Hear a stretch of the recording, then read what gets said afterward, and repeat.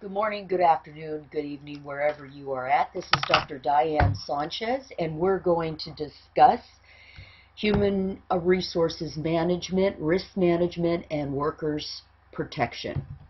The learning objectives are understand risk management and identifying its components, discuss 3 legal areas affecting safety and health, outline the basic provisions of OSHA, the Occupational Safety and Health Act of 1970, and record keeping and inspection requirements, recognize the activities that constitute effective safety management, list 3 workplace health issues and how employers are responding to them, explain workplace violence as a security issue, and name some components of an effective security program. Describe the nature and importance of disaster preparation and recovery planning for HR. All right, what is risk management? It involves responsibilities to consider the physical, human, and financial factors to protect organizational interests, individual interests.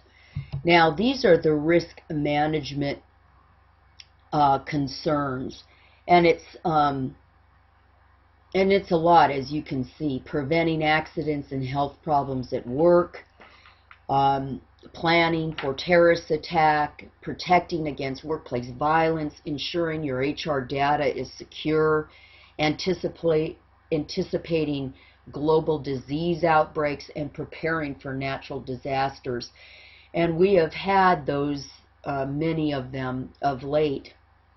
So your risk management department is really important to partner with human resources. But if it is in the human resources area, it is very much critical for the health and well-being of your employees. Now, the key components of the HR-based risk management is threefold. It's health, and that's general state of physical, mental, and emotional well-being. And then the employee safety, the condition in which the physical well-being of people is protected. And then security, protection of employees and organizational facilities. Now, this is a great chart, and it's in your book. This gives you examples of direct, hidden, and immeasurable costs of accidents. From the bottom, immeasurable costs are adverse harm to the reputation of the organization, negative influence on employees, spirit. Indirect hidden costs are time lost away from work, economic costs incurred by the employee, time lost by peers in the workplace, reduced work group efficiency, time lost by supervisors, cost of training and staffing substitutes time lost because of faulty offline equipment, water, chemical, and other damage to operations, and then time from the CEO leaders invest in managing the accident. Those are indirect hidden costs. And the direct costs, obviously, is your medical, your compensation, safety fines, insurance premium increase, damage to work equipment. And your book goes over a little bit more detail of each. But the snapshot of health, safety, and security, all these lead up to the underreporting of illness and injuries. So more than 50% of the injuries and illness that were reported in the United States were severe and called for employee time off, job changes, and/or restrictions. Workplace injuries represented a much larger proportion of the accidents reported than did job-related illnesses, 94.8% versus 5.2% of documented non-fatal injuries and illness. Just over 75% of injuries happen in service-based sectors.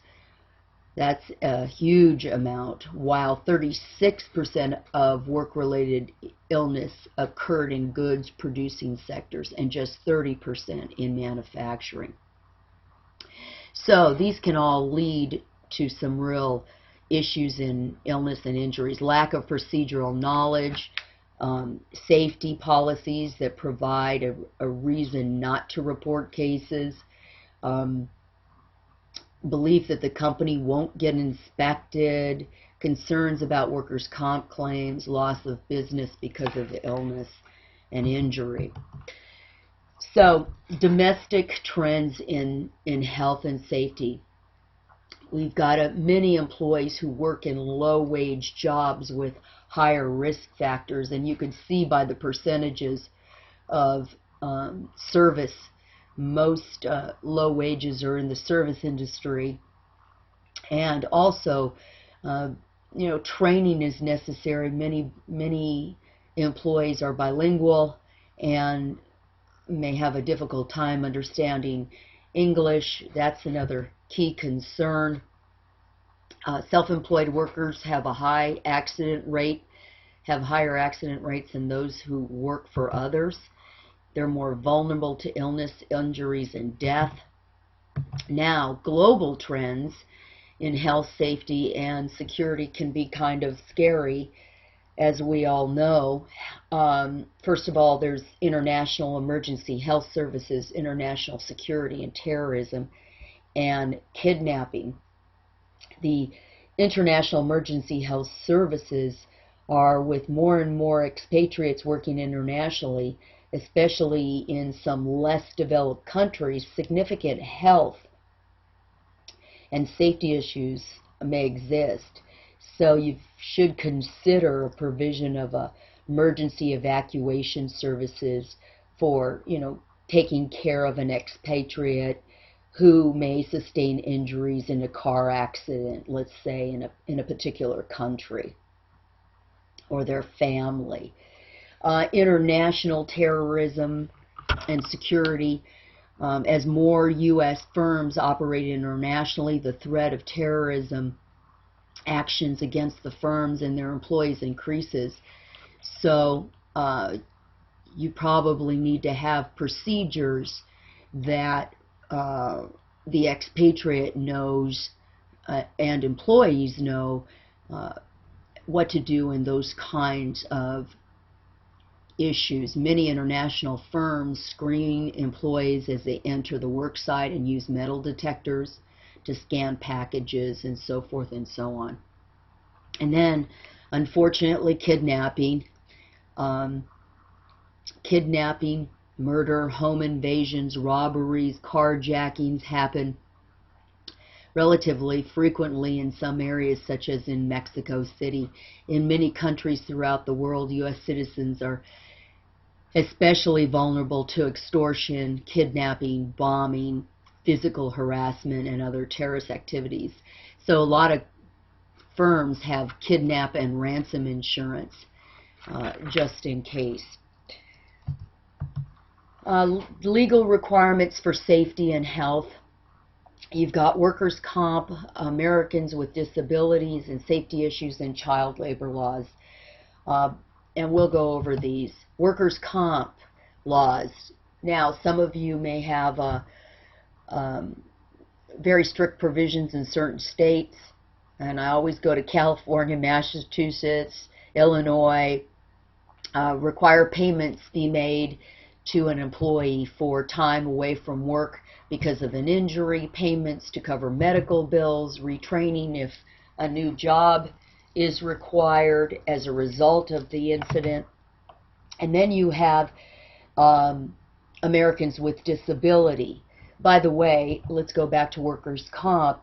Your book says that the cost of workers' comp has become a major issue. It can represent 2 to 10% of payroll for employers. So consideration to light duty work or return to work plans are important.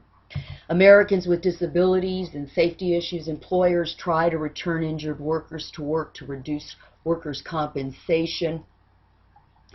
When making accommodations for injured employees through light duty work, essential job functions are undercut.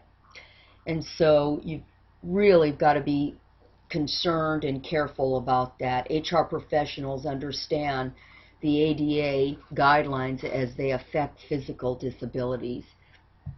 It becomes difficult when mental illness is the issue. So we call this the Bermuda Triangle, Workers' Comp, ADA, and FMLA. All of these are what human resource practitioners call the Bermuda Triangle because it is so difficult to navigate between all three of these laws. Child labor laws, we've talked about this in the FLSA. That sets the minimum age for most employment at 16. Individuals who are 14 to 15 old may work no more than 3 hours a day and a total of 18 hours a week, and can only work from 7 o'clock in the morning through 7 o'clock in the evening, and that's your 14 to 15-year-olds. Companies need to understand laws associated with employing minors, and that's important because there's certain hazardous work they can't do. You need to take the proper steps to reduce workplace safety concerns, properly manage and train younger employees so that workplace hazards are recognized and prevented, and encourage feedback from minors about the safety concerns. Your book gives 2 examples, which I thought was very interesting.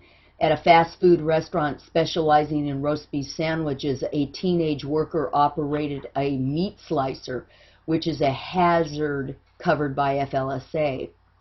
And a national discount retailer, a teenage worker was found to have opened the mechanical box crusher. Both situations resulted in enforcement actions and fines for violating the FLSA. So there is very much a child protection under the FLSA. And here are the selected child labor hazard occupations. Minimum age has to be 18, obviously coal mining and logging, but using power-driven bakery machines, certain things at the meat packing, brick, tile-related products in manufacturing, roofing operations, all of that. And if you have any questions, you may want to go to the Department of Labor website. They give some great guidance there. Okay, Occupational Safety and Health Act of 1970, OSHA. It was passed to assure safe and healthy working conditions. OSHA administers provisions of the Act. There's also the National Institute of Occupational Safety and Health, which was established, supporting body. It's a supporting body of OSHA to do research and develop standards.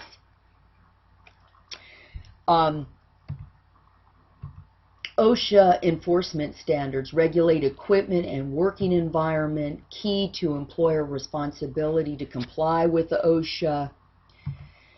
General duty of employers is to provide a safe and healthy working conditions, and notification and posters are required of employers to inform employees of OSHA safety and health standards, and that's very important.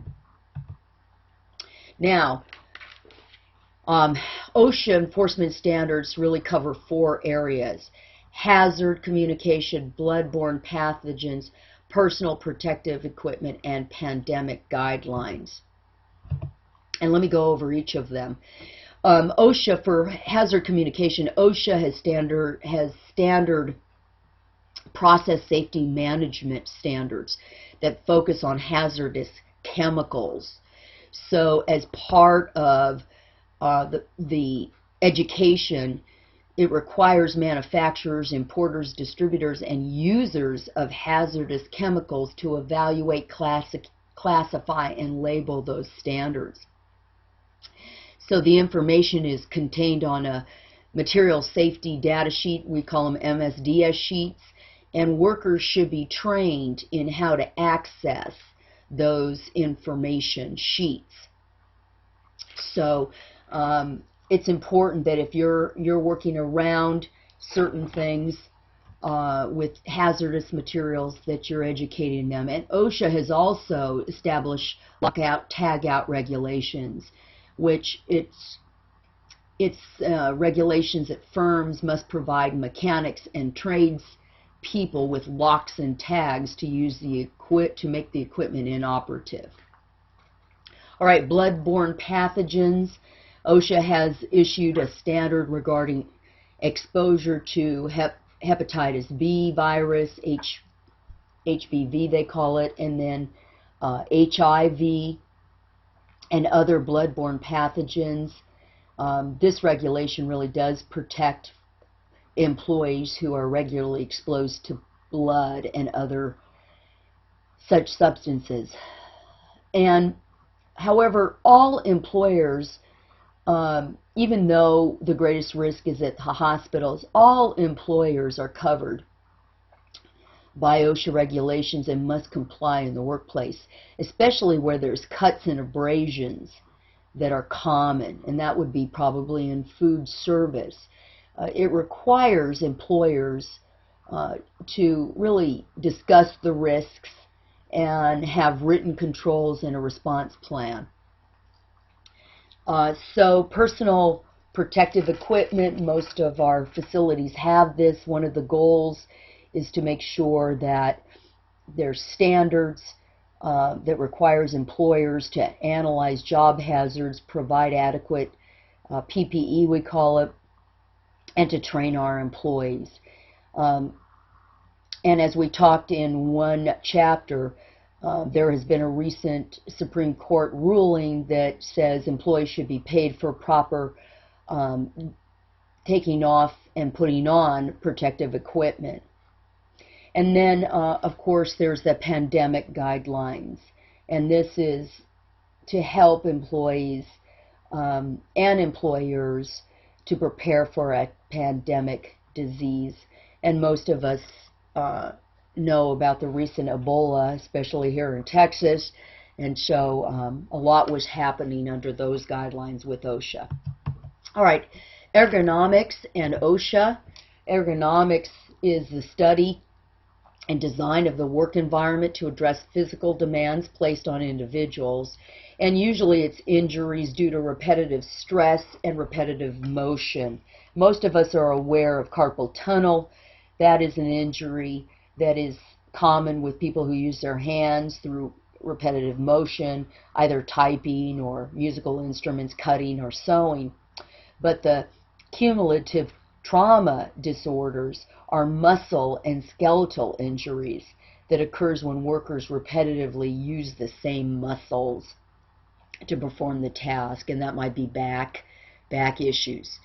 Successful ergonomic programs or management must be committed to reducing injuries and cause by repetition and cumulative trauma, reviewing jobs where CTDs problems could exist and ensuring engineering solutions are utilized. And then, of course, supervisor and manager should be trained and observe signs of the cumulative trauma disorders. All right, work assignments and OSHA. So, on the basis of standards specified by OSHA, we've got to maintain safe workplaces by seeking the safest working methods for women who are able to bear children or who are pregnant and have presented the primary concerns. This is protected by the Civil Rights Act and pregnancy discrimination. So employers should not prevent women or men from working in hazardous jobs because of reproductive concerns, unless there is a BFOQ, and we talked about that, bona fide qualifications. So We also need to comply with state and federal safety laws, so you should always look at your state laws in any issues related to OSHA. There may be a state department as well. We have OSHA federally, but some states have their own agency. Inform employees of the known risks and document employee acceptance of any risks. Excuse me. Refusing unsafe work.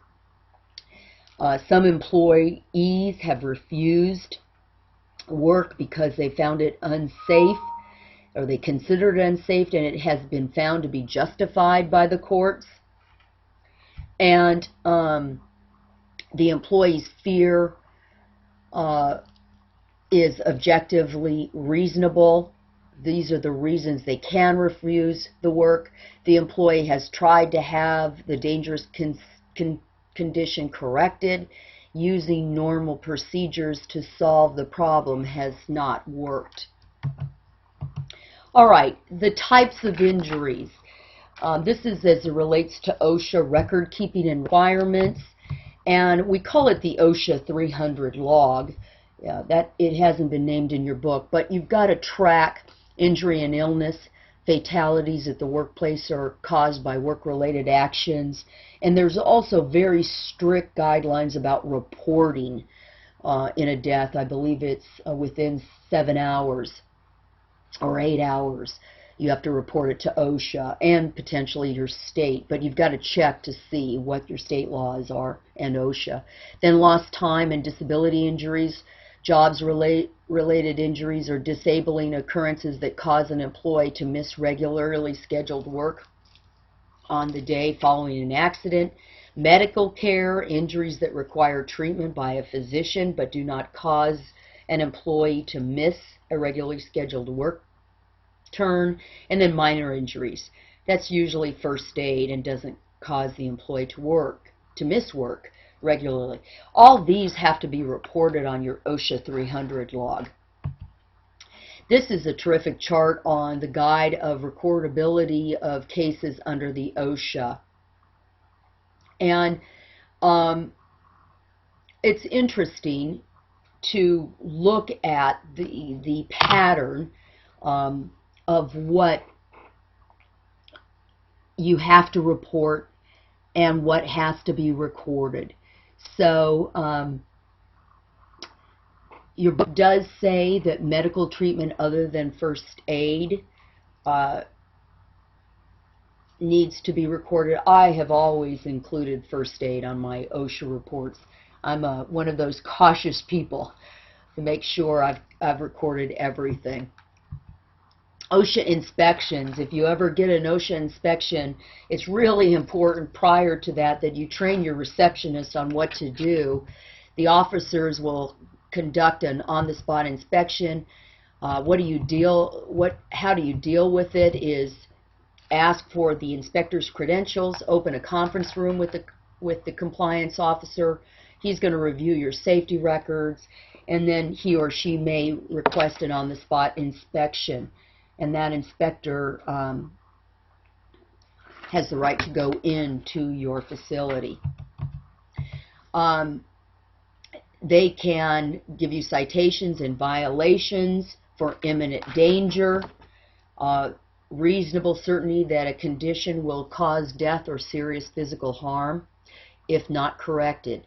Now, many of these on-site inspections are usually from a call from an employee, and the Supreme Court has held that safety inspectors must produce a search warrant if an employer refuses to allow an inspector into the plant voluntarily. The court also ruled that an inspector does not have to show probable cause to obtain a search warrant. So, but a warrant can be easily obtained, so you might as well just let them in and make sure you escort them everywhere. They're looking for serious conditions that could probably cause death or a serious physical harm, and the employer should have known about the condition. Other serious issues that might be related. This could be violations that could impact an employee's health or safety, having loose ropes in the area, those kinds of things. De minimis, not directly or immediately related to the employee's safety or health. No citation is usually issued at this point.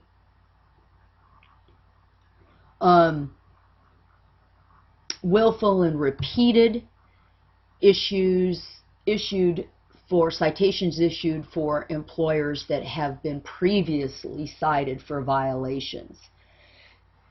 So, there's been critiques about OSHA due to the presence of numerous work sites. Employees have small chance of being inspected.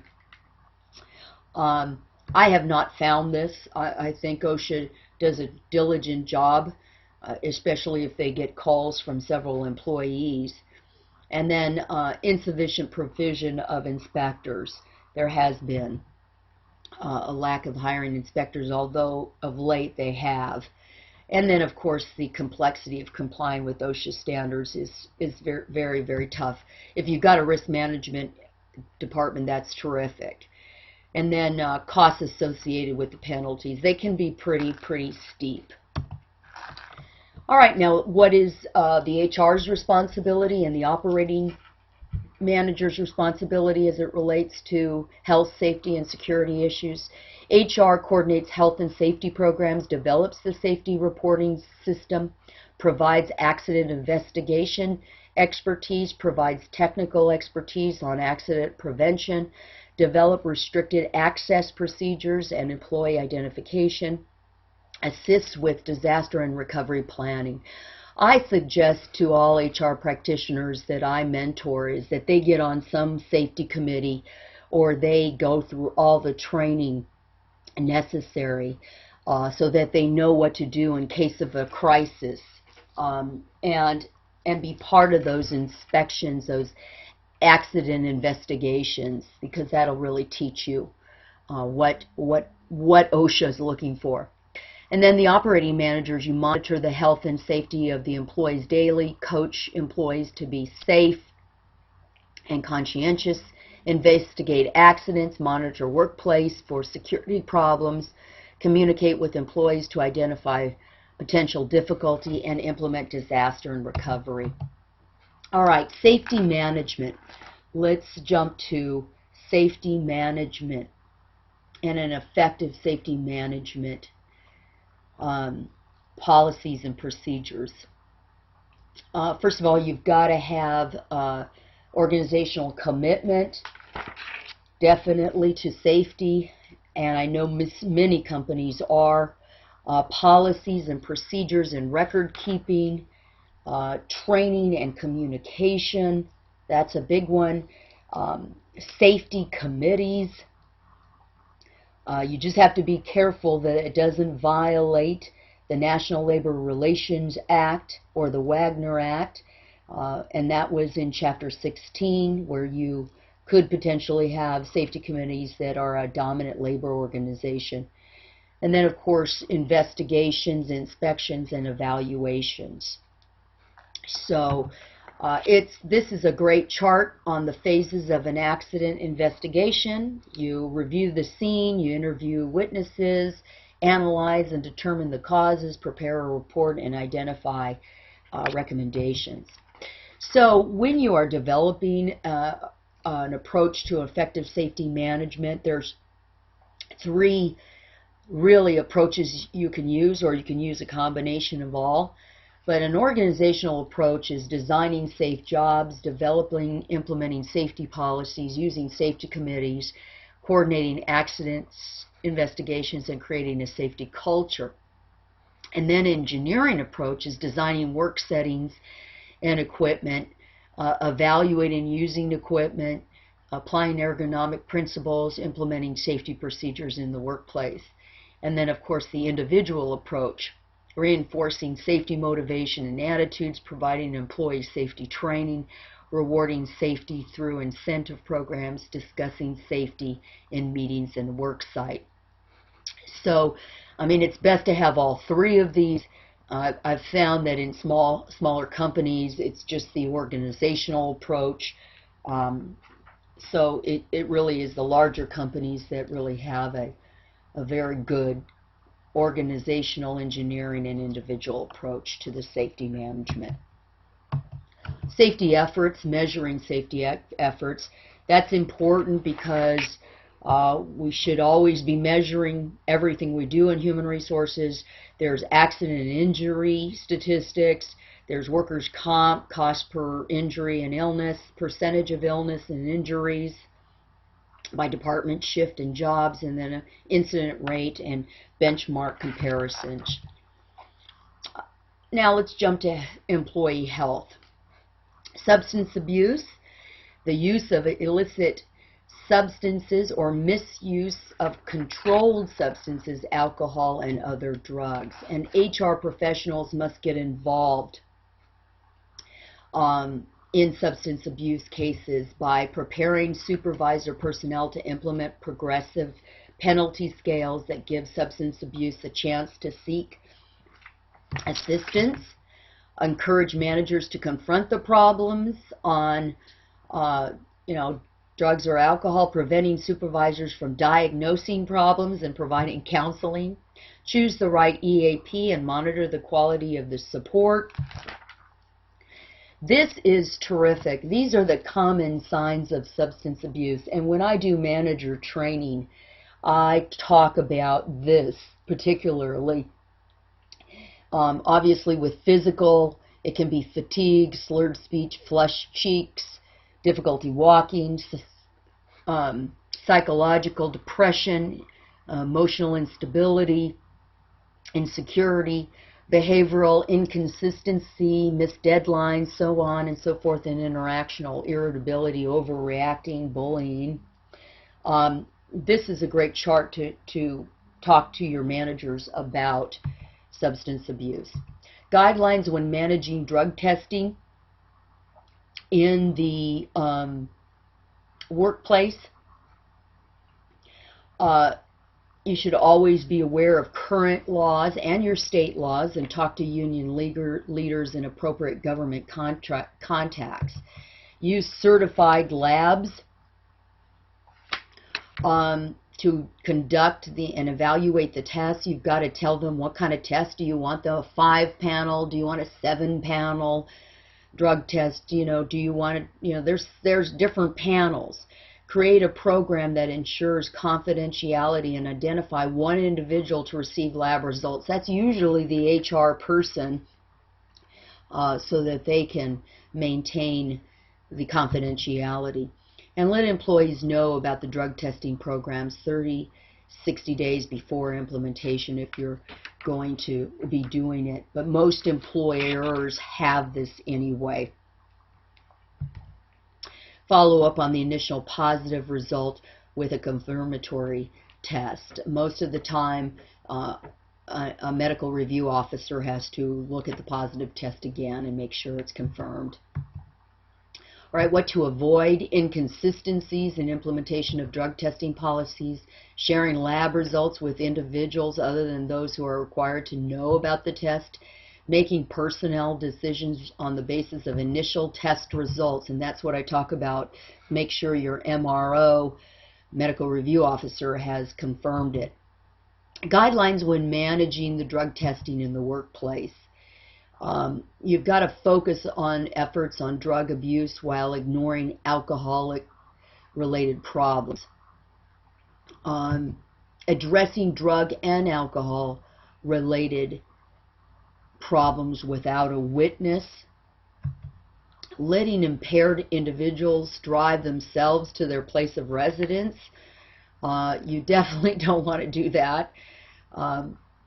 You definitely want to focus on all drug and alcohol issues, and make sure you get a witness so that they can corroborate what you've seen.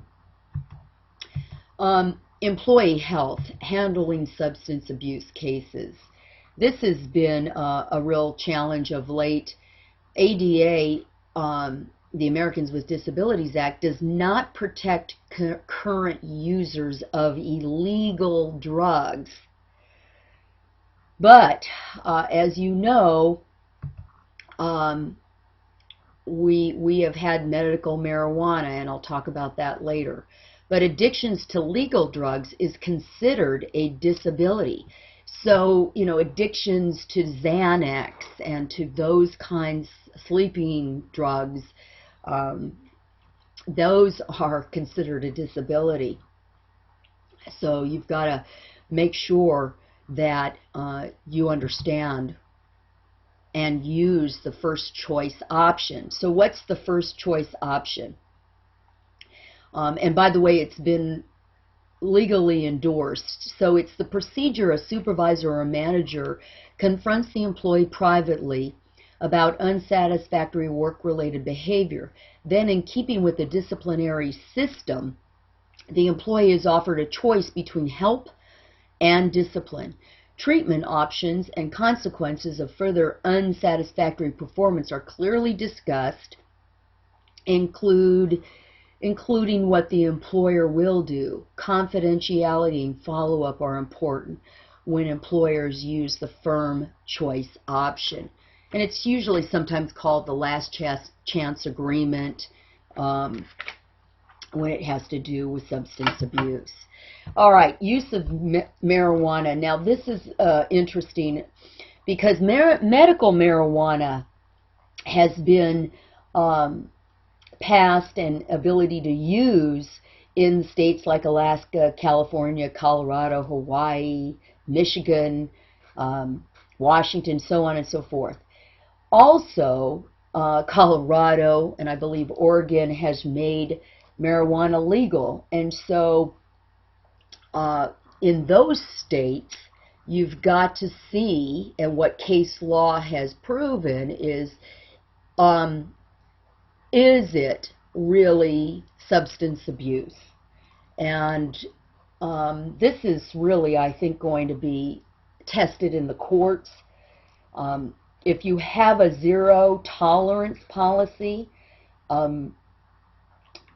you may not be required by states to make an accommodation for medical marijuana, but I think all of this really is important that you speak with a lawyer that understands your state law as well. All right, other employee health concerns: emotional, mental health, health of older employees, and smoking at work. Emotional and mental health. Specific events can affect individuals who otherwise have been coping successfully with life pressures.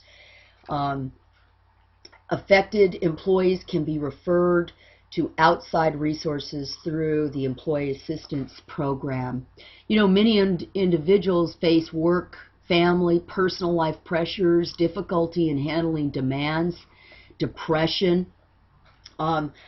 I found that my Employee Assistance Program really helped me at American Airlines after 9/11. They don't give you details, but they do give you pie charts by location of what your employees and their families are struggling with. And many of it was fear, children who had fear that their parents were flying or of flying. And we were able to really reach out and help give real guidance to families about what to talk to their children about, and so on and so forth. It was very, very helpful. So I really highly recommend any of you in HR that you get those pie charts from your Employee Assistance Program on a quarterly basis so that you can really see the emotional and mental health of your employees. Key practices in health and older employees, you know, preventing slips and falls. Data has shown that older workers have fewer injuries but are out of work longer when they do. So, and these injuries cost more to fix, so you really want to prevent slips and falls, eliminate repetitive stress and heavy lifting, use ergonomically sound workplace spaces, emphasize driver safety, and provide a means for healthy gradual transitions back to work with your older workers. Smoking at work. Many employers have instituted no smoking policies throughout their workplaces, and in some states it's even mandatory. And if you probably know, e-cigarettes have come up as of late, and really you should modify your policies if you want to ensure that e-cigarettes aren't used. But organizations just want to improve job performance, reduce the health-related expenses, and promote a healthier lifestyle for their employees. Companies may opt to develop initiatives that encourage workers to quit or cut back on smoking. Some employers offer smoking cessation workshops, which is terrific. That all goes into health promotion. And that health promotion is a supportive approach of facilitating and encouraging healthy action and lifestyles among employees, especially wellness programs designed to maintain and improve employee health before the problems arise, such as obesity in the workplace and family obesity. Again, your employee assistance provides counseling and other help to employees and their families for having emotional, physical, and other personal problems, which I particularly am a real strong believer of employee assistance. The EAP really can help improve employee performance. It reduces expenses associated with benefits, and it enhances organizational well-being. Most common employee issues dealt with in the EAP is depression and anxiety, marital and relationship problems, and legal difficulties, as well as family and children. Now here is a chart about health promotion levels. Level 1 is information and awareness. Level 2 is lifestyle and wellness. And then 3 is health emphasis. And really your goal as a company is to get to the highest level, so that your employees live longer and are healthier and feel better when they come to work. All right, let's talk about safety concerns at work. There's workplace violence, security management, employee screening and selection, and security personnel. First of all, workplace violence. In the workplace, violence can have criminal, can be from somebody who doesn't have a relationship with your business, a customer, a co-worker, current or past, or domestic violent person, somebody with a partner that has issues.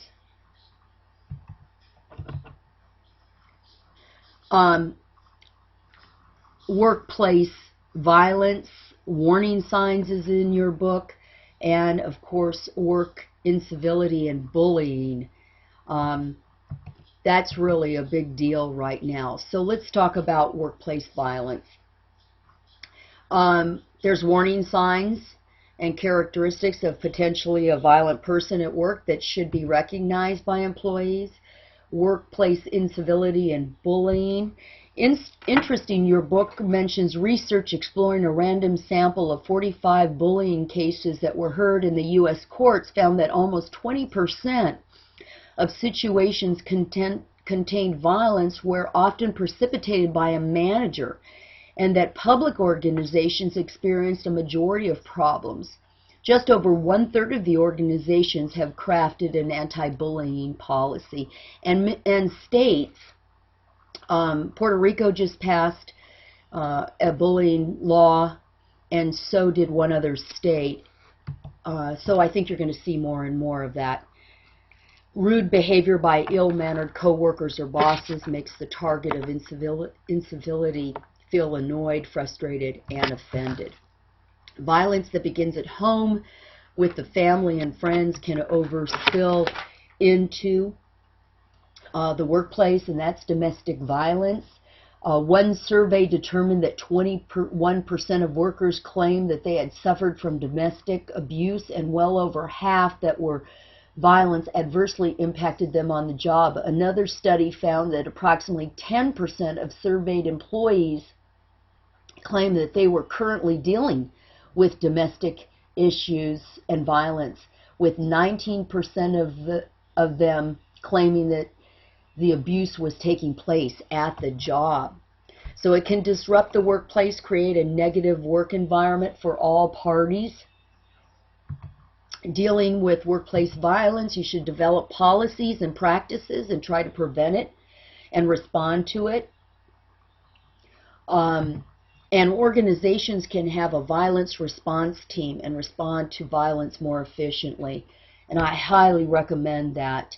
It's very, very important, especially with issues of domestic violence. Now here's another chart I train the managers on. Is a profile of potentially violent employees. And on the left, of course, temper, frustration, strain, and distress, tends to be a loner, works on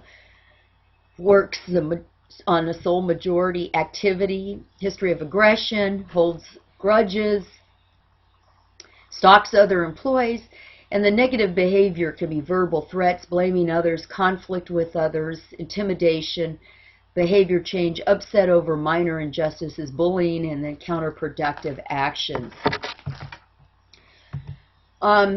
Security management. Obviously, your risk management can do an audit, but if you don't have that, it's usually the HR staff conducts a comprehensive review of organizational security. We call it a vulnerability analysis, and that really checks the area, your facility, your lighting, your parking lots, your traffic flow, your control, access. That's important. You train managers and employees on potential security issues, how to recognize a violent employee or violence around your facility, what to do when violence occurs, there's a break-in or something like that, and what kind of steps you need to have. And then, of course, firms that do not screen employees may be subject to liability if an employee commits crimes later. Many companies, especially manufacturing and so forth, have put in screening to secure their locations. Provide adequate trained security personnel in sufficient numbers. All right, steps to managing crisis.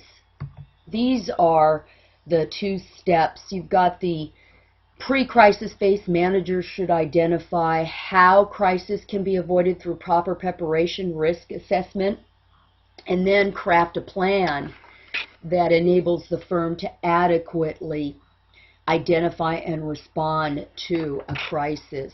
And post-crisis phase, identify how an organization can better respond to the crisis if it ever happens again. This was really important for me and a good learning when I was at American Airlines before 9/11 and then after 9/11, because pre-9/11 we really didn't anticipate the kinds of things that happened. We more anticipated plane crashes and so forth, but really the magnitude of 9/11 really changed what we did, and we definitely came up with crisis plans, and I think most other companies did as well. And so it's important that you find out what those are, and if you don't have them, develop them. Disaster planning. You basically have to do 3 things: an organizational assessment, which includes establishing a disaster planning team, usually composed of HR, security, information technology, and operations. The purpose of the team is to conduct the organizational assessment of how various disasters might affect the organization and employees, and then how you're going to respond to the different issues. Then the human impact planning of an event. What are your backup databases for employee contact information? who's going to take responsibility for what. It's you know, what are you going to do on evacuations? Where do the employees go? And your book gives you some real interesting cases about that. And then, of course, disaster training, first aid, hazardous material containment, escape means, employer contact methods, and then organizational rotation efforts. That's if you're going on 24 hours, and most people do after a disaster. And here it talks about it, gives you a slide. A significant worldwide concern, obviously, is the environmental risks too, and that is disease. And you know, we've just had it here in our states. Ebola is one. A global nature of business travel has increased likelihood of spreading deadly viruses. And so OSHA has pandemic disease guidelines for employers to use. They have come up with some Ebola recommendations for preparation of disaster planning and policies and procedures. So really, it's important that HR become very involved in it. And some of the key issues are evacuation of expat employees from locations where maybe Ebola or flu-like things are happening, and protection of local employees.